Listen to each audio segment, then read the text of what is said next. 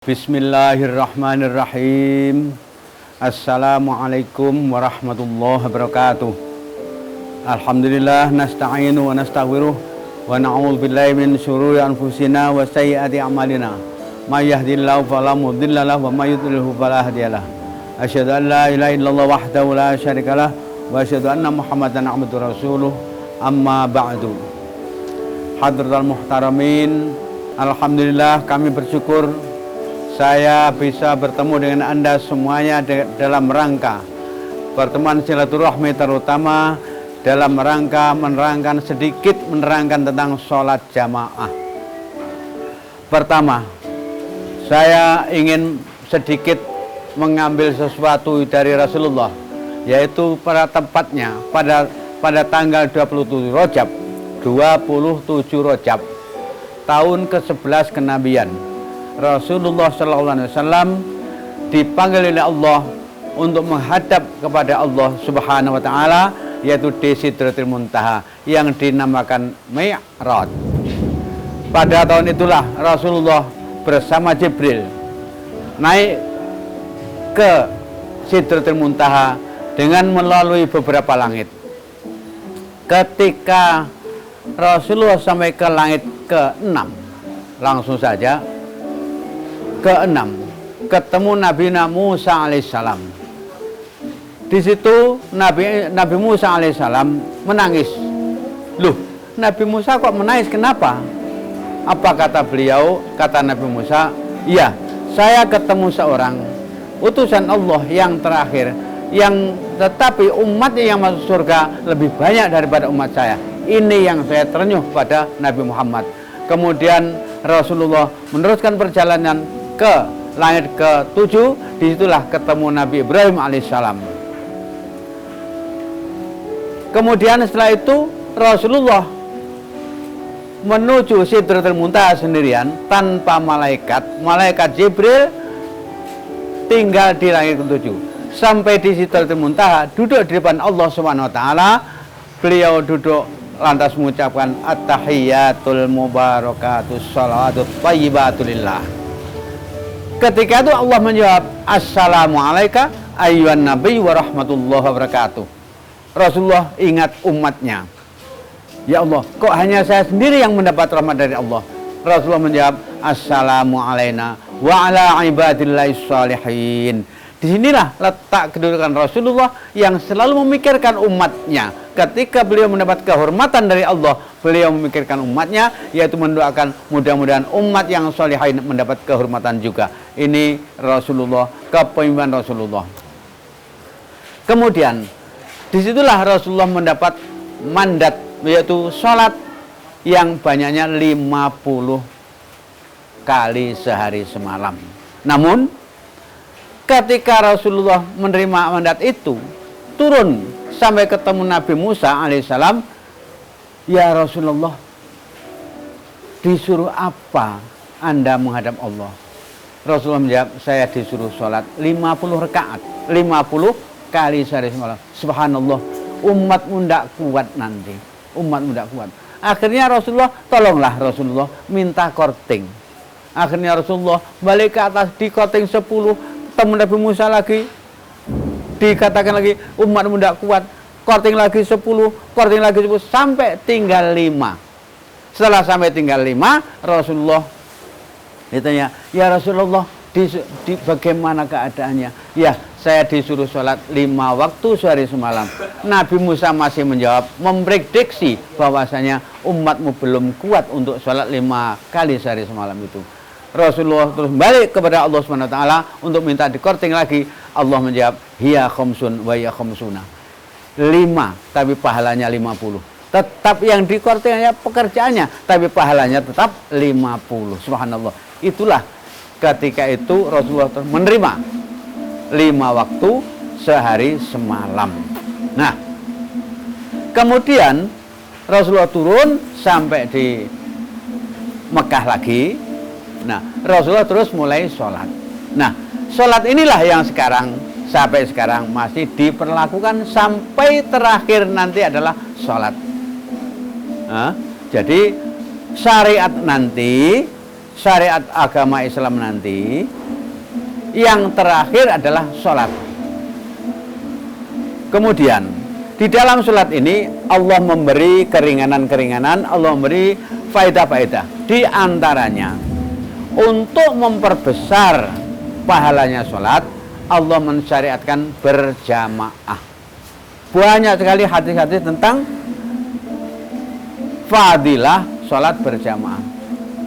Ada suatu hadis yang mengatakan bahwa siapa yang sholat 40 hari berjamaah dan ketemu takbiratul ihramnya imam, dia adalah selamat dari nifak dan dari neraka. Subhanallah. Jadi selama kita bisa sholat jamaah 40 hari dan ketemu takbiratul ihramnya imam, kita ini adalah selamat dari munafik, kenifakan, dan dari neraka jahanam. Subhanallah. Ini diantara faedah dan banyak lagi hikmah-hikmah. Namun karena ini semuanya abstrak, tidak kelihatan pahalanya, maka suatu hari Rasulullah itu sholat subuh. Kemudian Rasulullah ingat sahabatnya, loh, si fulan ini kok tidak ada, kemana? Kok ada 2 orang tidak ada? Oh, ini tidak datang memang. Nah, ketika itu orang yang tidak sholat jamaah dicap sebagai orang munafik. Afqalus sholah halal munafiqin sholatu Aisyah was subuh. Ini mereka yang tidak sholat jamaah dicap menjadi orang munafik. Nah, ini maka dari itu mari kita selalu membiasakan sholat berjamaah, yang pahalanya sholatul jamaati afdol, lebih baik daripada sholat sendirian dengan lipat 25 derajat. Ini kemudian masih bisa dilipatkan ganda lagi. Kita sholat berjamaah ini tempatnya di rumah dengan di musola dengan masjid lain. Kalau kita sholat di masjid, kita oleh Allah sudah dijanjikan, siapa yang berangkat menuju ke masjid untuk sholat jamaah, ini setiap berangkat Allah menyediakan diafah, yaitu hidangan di surga. Adallah diafah fi jannah.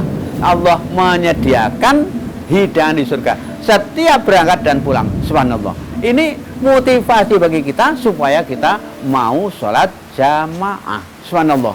Sholat ini memang bisa digandakan pahalanya. Afdalus saful awal. Pernah Rasul mengatakan, ana astaghfiru lis-shaf al-awwal salatsa marrah wa lis-shaf ats-tsani marrah. Berarti pahalanya orang sholat pada shaf pertama itu 3, kemudian shaf kedua itu hanya 1. Shaf pertama 3, shaf kedua 1, shaf ketiga berarti 1/3, shaf keempat berarti 1/9, shaf kelima berarti 1/27. Subhanallah.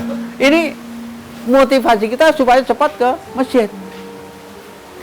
Kalau kita berangkat ke masjid, ada lagi. Kita menuju ke masjid, sampai di masjid duduk di masjid menanti sholat jamaah, itu sudah dihitung sholat jamaah. Subhanallah. Ini beberapa hikmah, beberapa hikmah yang diberikan kepada kita supaya kita itu bisa melaksanakan sholat jamaah di masjid. Jadi subhanallah, ada lagi hadis yang mengatakan bahwasanya as-shaf awal shaful malaikah. Shaf pertama itu tingkatannya barisan malaikat. Maka marilah kita untuk senang sholat jamaah.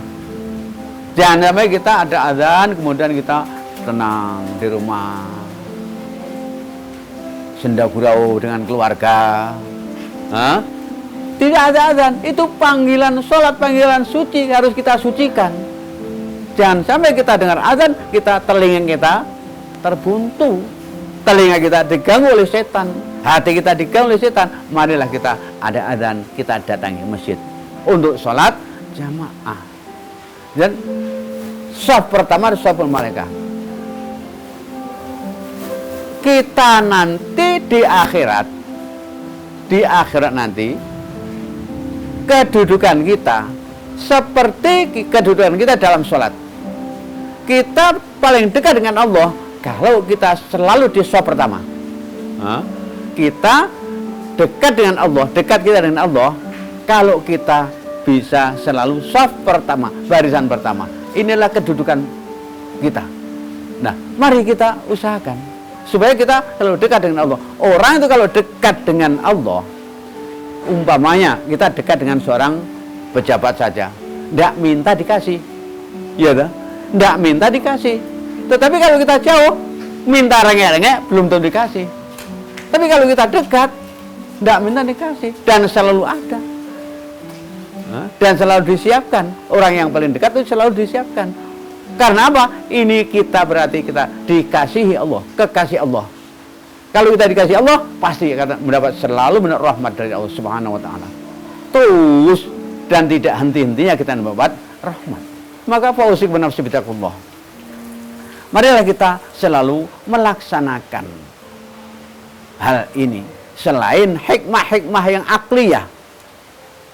Selain hikmah-hikmah akliyah yang bangsa otak, kita kalau sholat berjamaah, pergi ke musola, pergi ke masjid, ketemu keluarga, ketemu sholat, itu sudah silaturahmi, saling jabatan tangan. Siapa yang berjabatan tangan, tasaqata khatayahu, misu tasaqata barok. Jadi sampai entek kita, dosa kita. Jadi hikmahnya banyak sekali. Selain itu, pertemuan mingguan, pertemuan sehari semalam 5 kali. Maka kalau kita tasawuf ini perintah Rasulullah. Lah kita ketemu saling berjabatan tangan. Tasafahu yadhabil khillu. Kita disuruh saling jabatan tangan, kita akan hilang semua kedengkian itu hilang. Maka fausik nafsu bittaqwa. Maka kita harus banyak-banyak pergi ke masjid. Inilah fadilahnya orang sholat jamaah, orang sholat jamaah di dalam masjid. Dan duduk saja tadi saya katakan, ya Allah sudah ada pahalanya. Maka fausik nafsu bittaqwa, andai kata di sekeliling kita itu kurang ada masjidnya, maka janji Rasulullah, man bana masjidan banallahu lau qasran fil jannah walau qafas. Meskipun hanya majasnya luar biasa. Orang yang mendirikan masjid meskipun hanya sebesar sarang burung, ya apa iso. Mendirikan masjid hanya sebesar sarang burung. Itu karena ini ibarat meskipun hanya kecil, artinya tempat musola meskipun hanya kecil sampai diibaratkan meskipun hanya sebesar sarang burung. Ini Allah membikinkan istana di surga, subhanallah. Jadi ini semuanya adalah untuk kita semuanya, untuk keselamatan semuanya bagi kita ahlul jannah. Mari kita selalu melaksanakan sholat jamaah, ya.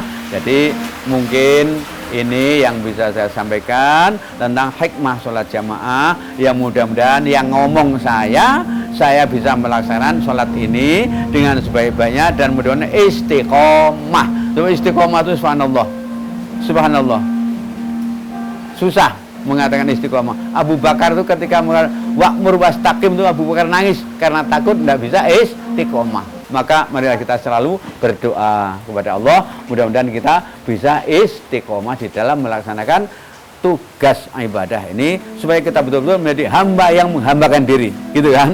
Hamba yang bisa menghambakan diri kepada Allah. Jangan sampai kita hamba yang sombong, naudzubillah.